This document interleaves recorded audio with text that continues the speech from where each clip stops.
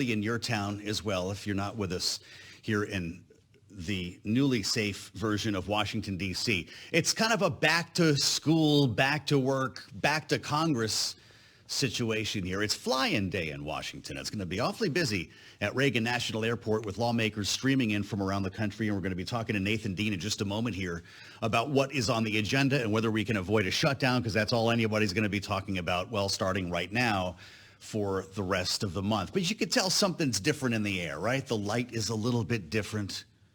The school bus is rolling by, the group of kids on my front yard this morning, and the traffic.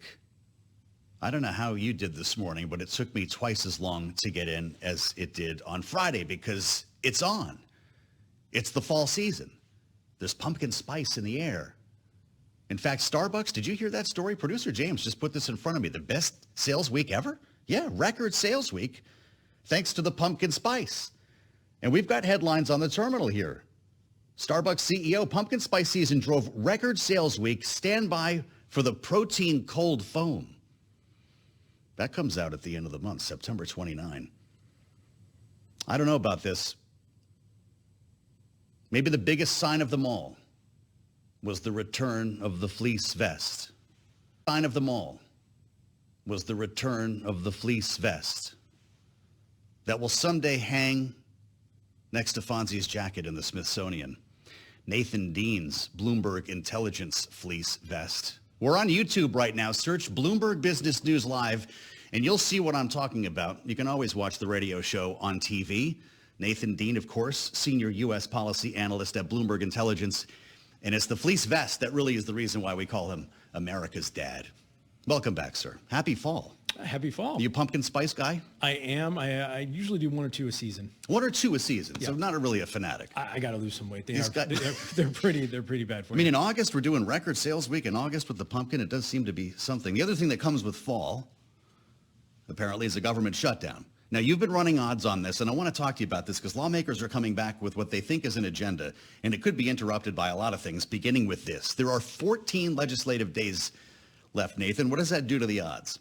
So we're at a 40% chance of 40% chance of a shutdown. Okay. I want to make sure I got that right. Good. 40% chance of a shutdown. Now, the reason being is that if you look at the goals of each party going into this, the rhetoric is going to be high. You've got a rescissions package. Democrats are not going to like that. You have Republicans going out there saying that we want to have more cuts. Democrats are not going to like that. You have Democrats who also want to be seen fighting President Trump. But at the end of the day, we still don't think that there's going to be a shutdown because we don't see the reason why the political parties would get gains out of this. Yep. What I would say is that the Democrats, we have a long way between now and the election. And, it's one of those things where if they don't come together and create a deal, it's not going to really hurt them right now. I just say that we'll see this in December. If not a shutdown, a CR. So it's a CR to December. Some are talking again about a year-long CR, which a lot of lawmakers have an allergy to, and certainly the defense hawks do as well. They're actually marking up bills this week. There's no way they get the 12 spending bills done, so it becomes a continuing resolution. Why December? Because of the deadline? The holiday creates the pressure? Well, don't get me wrong. These funding fights, these are great opportunities. Like, look, if I'm a policymaker and I want to get something done, I don't want to have a one-year continuing resolution. Let's call this case in point. One of the things that we've been telling our clients to watch out for is Senator Durbin's Credit Card Competition Act bill. It hasn't been offered on the floor, but there is a greater than 0% chance that Senator Durbin and co-sponsor Senator Marshall try to attach this either to the NDAA or to our government funding fight, because these are great chances to try and push policy and bypass a lot of time and rhetoric. So if you're in the credit card space, if you're looking at Visa and MasterCard, something to keep in mind. So if I'm a politician, I'm looking at this through the guys wanting to try and score political points, let's not have a one-year CR. And I should just say is that if we get into a situation where like December or March, where both parties are saying, look, maybe we should have a government shutdown, the party that always is seen instigating the political the shutdown is the one that pays the political price.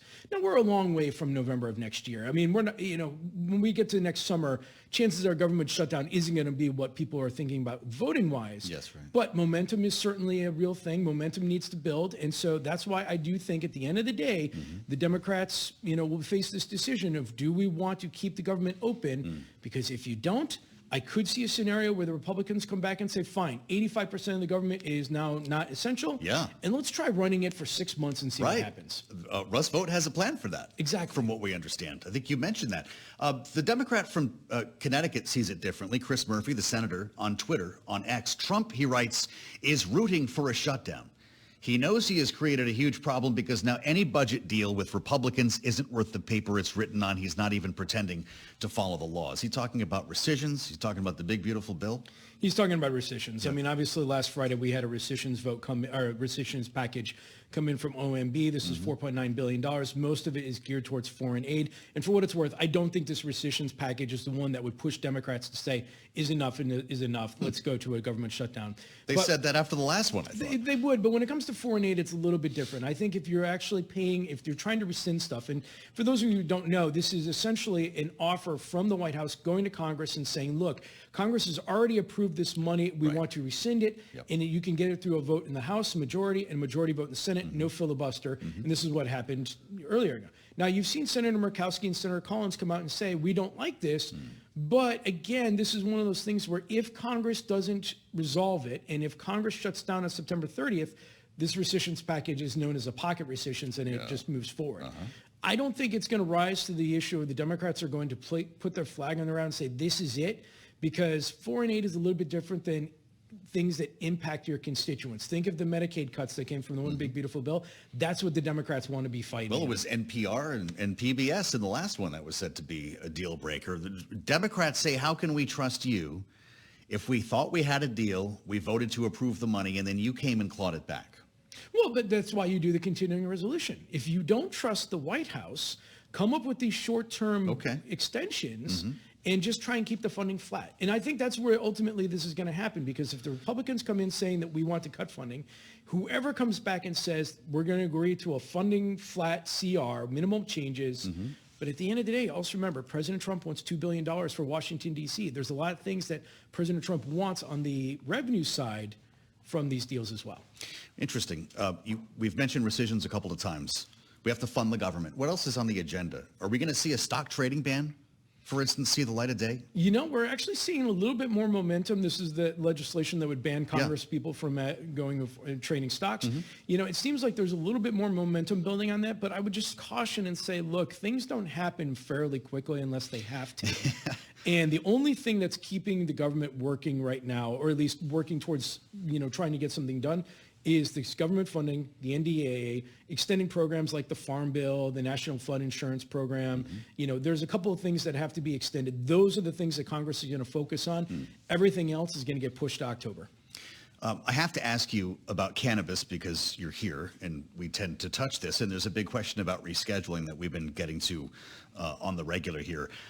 Roger Stone writes the big op-ed last week that had your phone ringing. People wanting to know if we need to take this seriously or not. Of course, this is a longtime friend, supporter, advisor of and to Donald Trump. And he writes, if Trump makes the move to reschedule cannabis, he will be bringing Washington in line with the American people. It was an op-ed in Marijuana Moment. Does he have the president's ear on this? He has one of the president's ears. And what I mean by that is, let's go back to President. Who's got the other one? Well, let's go back to President Trump's question in the press, the press conference. Yeah. You know, he said, well, I think, and I'm paraphrasing here, I think there's a lot of good things that can come from reschedulization, but I've also heard a lot of negative things. And so for us, what I'm telling my clients is, look, anticipate a decision coming from the White House that has positive tones for the marijuana industry. But again, I think it goes back to this process is that the DEA is the one that's going to drive it. I think it's going to take time, and I don't think it's going to happen in 2025. But, you know, there's a decent chance it could happen in 2026. He's got a very concerned DEA on his hands, is the answer, right? Yeah, that's the tempering effect. Obviously, anecdotally, you've heard the DEA staff is not on board with this. And then Terrence Cole, the administrator, is, has 30 years of anti-marijuana positions. You've also got some Republican lawmakers who don't love this idea either. So we'll keep chewing on this in the meantime. And if there's another rescissions bill, you'll hear it from this man right here. America's dad, Nathan Dean, with the most famous fleece vest in America, the